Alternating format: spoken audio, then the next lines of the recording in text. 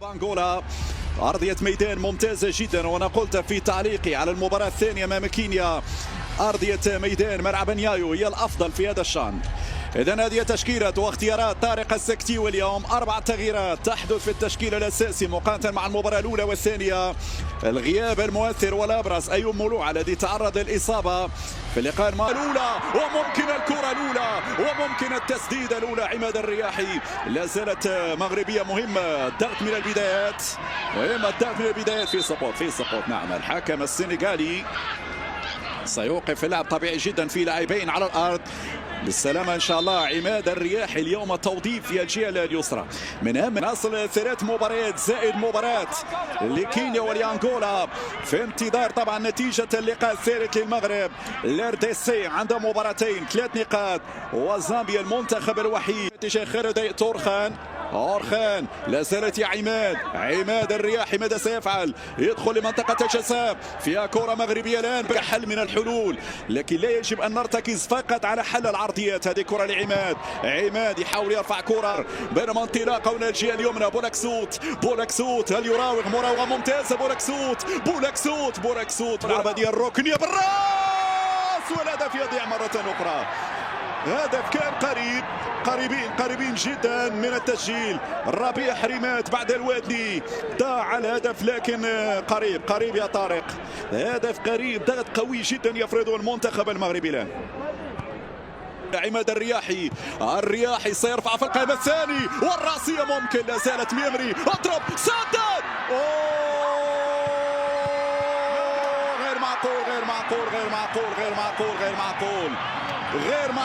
غير معقول. هدف يضيع امام مروان الوادي. نعم، ضربة حاضرة والانطلاقة حاضرة والهدف يضيع. غريبة جدا يا ايتور خان.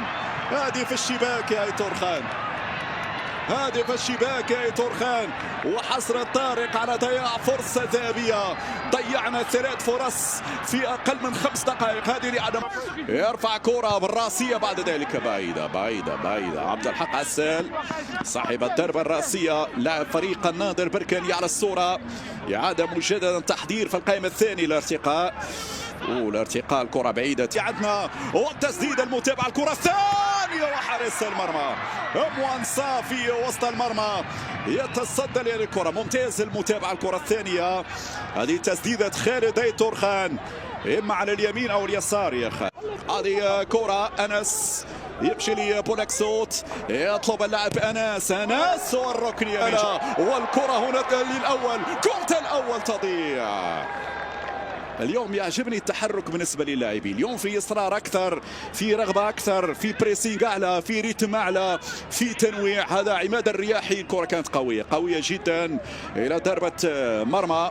هذه الإعادة طبعا عموما تلعب هذه الكرة في القائمة الثاني. مروان لم يركز، أو الكرة كانت صعبة نوعا ما على مروان الوادني. هذه الإعادة مرة كرة على الجهة اليمنى، مرة جانبية. أول تسديدة من بعيد لمنتخب زامبيا بعد تقريبا 24 دقيقة. هنا بالعمري يترك له المجال. هنا الثانية المتابعة للكرة، لكن تأخر بعض الشيء خالد ايتور خان، والكرة إلى تماس.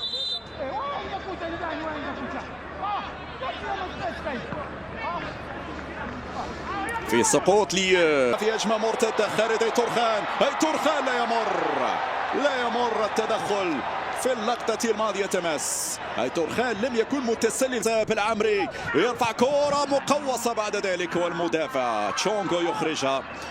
تشونغو يبعد الخطر عن مرمى موانسا. لا زالت الكرة هنا مغربية. بالعمري استرجع بسرعة بولاكسوت في منطقة الجزاء في القائمة الثاني. هي جول الكابيتانو ربيع حريمات في المكان المناسب. ربيع جابها، ربيع حطها، ربيع نعم يضع في الشباك. الأولمبية الميدالية التاريخية مع طارق السكتي. ويرد بالك يا الأحرار، انتبه يا الأحرار، والحكم يقول فيها خطأ. المهدي الأحرار على الصورة، حارس مرمى فريق الرجاء الرياضي. المكسب والخليفة لأناس الزنيتي على مستوى الكتيب. باش العرضية الدخول، إمكانية التسديد، الثاني بام الأحرار، برافو، أول اختبار للأحرار. لا زالت زامبيا، العرضية في القائمة الثاني، هذه خطيرة للأمام، هذه كرة أمامية في صافرة بمثابة إنذار شديد اللاجئ. الخطأ واضح، بسلام، والمرة هذا هو ميري يرفع كرة بالراس،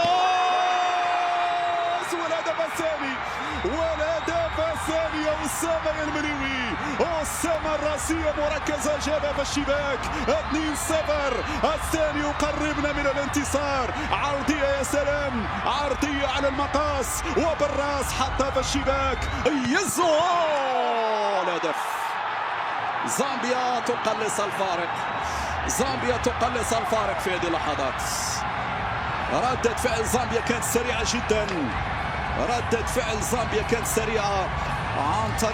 عن طريق لاعب أندرو فيري. البديل يقلص الفارق في غفلة وفي عنصر مباغتة. القاضية نعم، اضرب الكاو، الثالث يا صابر، يأتي الثالث في هذه اللحظات.